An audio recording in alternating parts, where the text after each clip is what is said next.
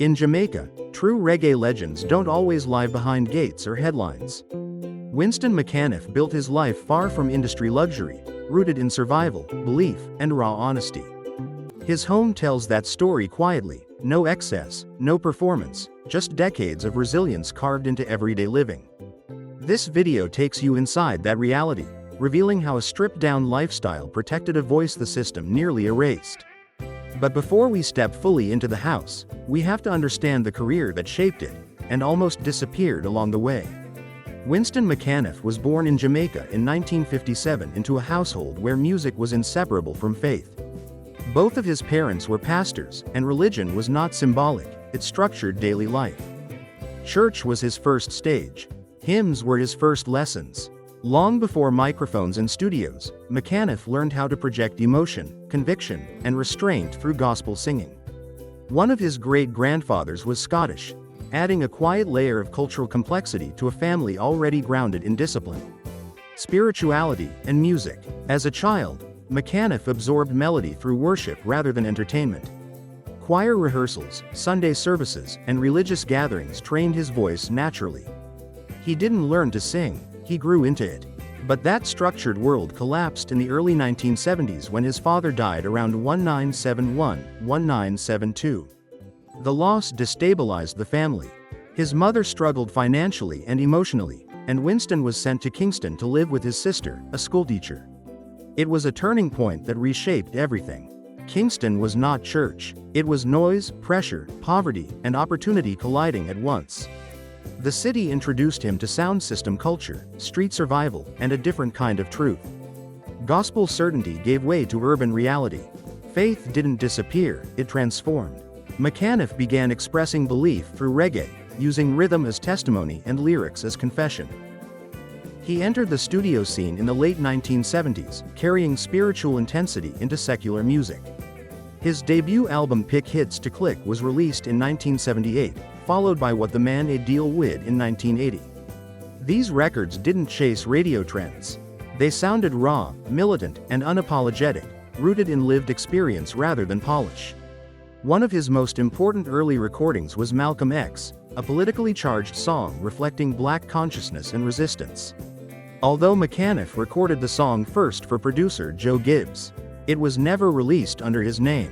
Instead, it passed through other artists, most famously Dennis Brown, while McAnuff remained largely uncredited. That pattern defined his career for decades. In Jamaica, he was respected. Outside the island, he was invisible. While reggae globalized through the 1980s and 1990s, McAnuff's catalog remained trapped locally. No international releases, no European tours, no industry push. By the 1990s, he had effectively vanished from the global conversation. Entering what later became known as his silent years, nearly 20 years of creative existence without recognition. The revival came unexpectedly from France. In 2002, the independent label McAnuff's reissued his early albums and released Diary of the Silent Years. For the first time, European audiences heard a voice that had been ignored, not outdated. France embraced him immediately. His career didn't restart, it resurfaced. He began collaborating with French artists and producers, expanding his sound without diluting its core.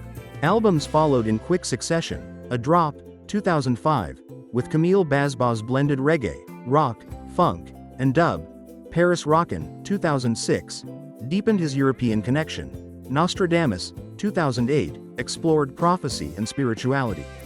In 2011, he collaborated with Don Akil on Les Echos du Temps, appearing alongside his son Matthew. A year later, tragedy struck again when Matthew was murdered in 2012. Music returned to its original purpose, survival. McAnuff continued forward, releasing A New Day, 2013, collaborating with the Celtic Social Club, and later Rabbi Sun, 2017, with Boss and Bim. His voice aged, but it never softened. It carried scars, endurance, and belief.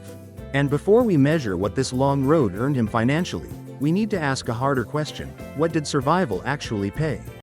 Income and net worth. Winston McAnuff's career was never built for large checks or commercial headlines. His net worth has never been publicly highlighted by major media, and by industry standards, it remains modest. But that reality places him alongside many veteran reggae artists whose value was measured in influence and longevity rather than numbers on paper. His income came steadily, not spectacularly. Albums released from the late 1970s onward: Pick Hits to Click, 1978, What the Man A Deal With, 1980, and Electric Dread, 1986, provided early earnings, though limited by Jamaica's informal royalty system at the time. For years, those recordings generated respect more than revenue. The real financial stability arrived later, after his rediscovery in Europe. From the early 2000s onward, McAnuff earned consistently through international touring, especially in France, where his work found a loyal audience. Collaborative albums such as A New Day, 2013, with Fixie and Rabbi Sung, 2017, with Bost and Bim expanded his reach and ensured continued performance opportunities across Europe. Today, his wealth lies less in assets and more in something harder to buy: global respect, artistic independence, and a voice that survived without compromise. And with that respect came responsibility, leading naturally into the causes and communities he chose to support. Philanthropy. Much of his giving has centered on music education and community outreach, especially for disadvantaged youth. McAnuff views music as a form of protection, a way to keep young people engaged, expressive, and mentally grounded in environments where options are often limited. Rather than positioning himself as a distant benefactor, he has consistently used his presence, performing, mentoring, and collaborating, as the primary tool of support. He has also contributed his voice to fundraising concerts for disaster relief, including a benefit performance in Belgium dedicated to hurricane victims in Jamaica. For McAnuff, displacement and loss are not abstract ideas, they're lived realities. When natural disasters strike the Caribbean, his response has been to show up where help is needed, using music to draw attention and resources to those affected. Among the organizations aligned with causes he supports are Mustard Seed Communities, which provides long-term care and education for children with disabilities, HIV, AIDS, and extreme poverty, and Angels of Love Jamaica, focused on medical support for critically ill children. While he does not publicly advertise formal roles, his participation in events connected to such causes reflects a consistent humanitarian ethic. McAnuff's values also align with international relief efforts carried out by groups such as UNICEF Jamaica, Red Cross, CORE, and Direct Relief, which provide emergency aid, healthcare supplies, and long-term support across the Caribbean. In McAnuff's world, charity is not separated from daily life. It is embedded in how he performs, teaches, and survives. And to understand why that mindset runs so deep, we now turn inward, to the personal life that shaped it. Personal life. While his music is raw and emotionally exposed, his personal life has remained deliberately guarded. In a 2013 interview, McAnuff referred to his wife as Agnes Roux, a French editor associated with Canal who also collaborated with him on creative projects. In the same period, he spoke more broadly about My Woman, the mother of his youngest son at the time. Since then, he has offered no public clarification regarding separation, divorce, or a new partner, consistent with his long-standing refusal to turn private life into public narrative. Family, however, has always been central to his identity, especially through music. McAnuff is the father of several children, many of whom grew up immersed in reggae and performed alongside him, turning music into a shared lineage rather than a solo pursuit.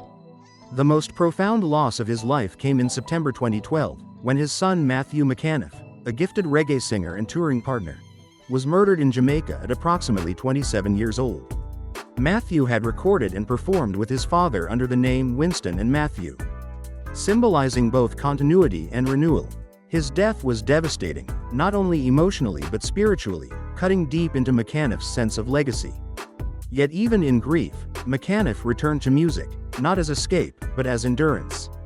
His daughter, Nadia Harris McAnuff, followed a similar path, becoming a reggae singer in her own right and performing with her father and siblings.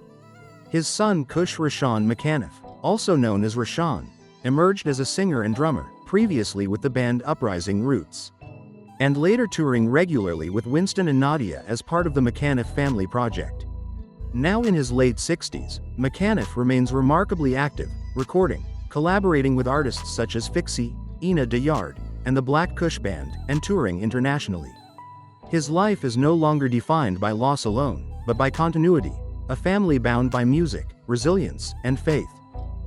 And it is that quiet, grounded way of living that brings us next to the place where all of this finally settles. Jamaica home. Tucked quietly at the end of a lush, landscaped driveway in Kingston, his 3-bedroom, 2-bathroom home feels less like a property and more like a natural refuge. A place designed to protect the spirit rather than impress visitors. The first thing you notice isn't architecture, but silence. Palm leaves filter the light. The house opens with a wide, netted patio, an intentional indoor-outdoor threshold where conversations stretch long. Guitars come out unplanned, and the day slows down on its own terms. This is where McAnuff entertains friends, rehearses ideas, or simply sits still, letting the island breathe around him. French doors lead into the main living space, where high cathedral-style ceilings lift the air and large windows frame what feels like a private rainforest. There's no excess decor here, just space, light, and flow. The kitchen and living area blend into one open environment, reflecting a lifestyle built around movement and connection rather than rigid rooms and formality. The master bedroom continues that philosophy. It comes with an ensuite bathroom finished in custom tropical-themed tiles, subtle, earthy, handmade in feeling. The 2 additional bedrooms are equally thoughtful, each with large windows and sliding glass doors that open directly to the outside. Nothing is boxed in. Every room offers a way out into nature, a reminder that walls are optional and freedom is physical. Outside, winding walking paths cut through dense greenery, palms, heliconia, ginger, hibiscus, and countless ornamental plants layered like a living tapestry. It's not landscaped for perfection, but for presence. It's a garden meant to be walked, quietly, daily. And while Jamaica grounds him, McAnuff also maintains a life in France, particularly around Paris, a practical base for touring and collaboration. Yet even there, friends describe his lifestyle as similarly restrained. No luxury pivot, and standing inside a home like this, you finally understand the man behind the music. Not chasing luxury, not performing success, just choosing space, silence, and truth. Winston McAnuff didn't build walls to show the world who he is. He built shelter so he could remain himself.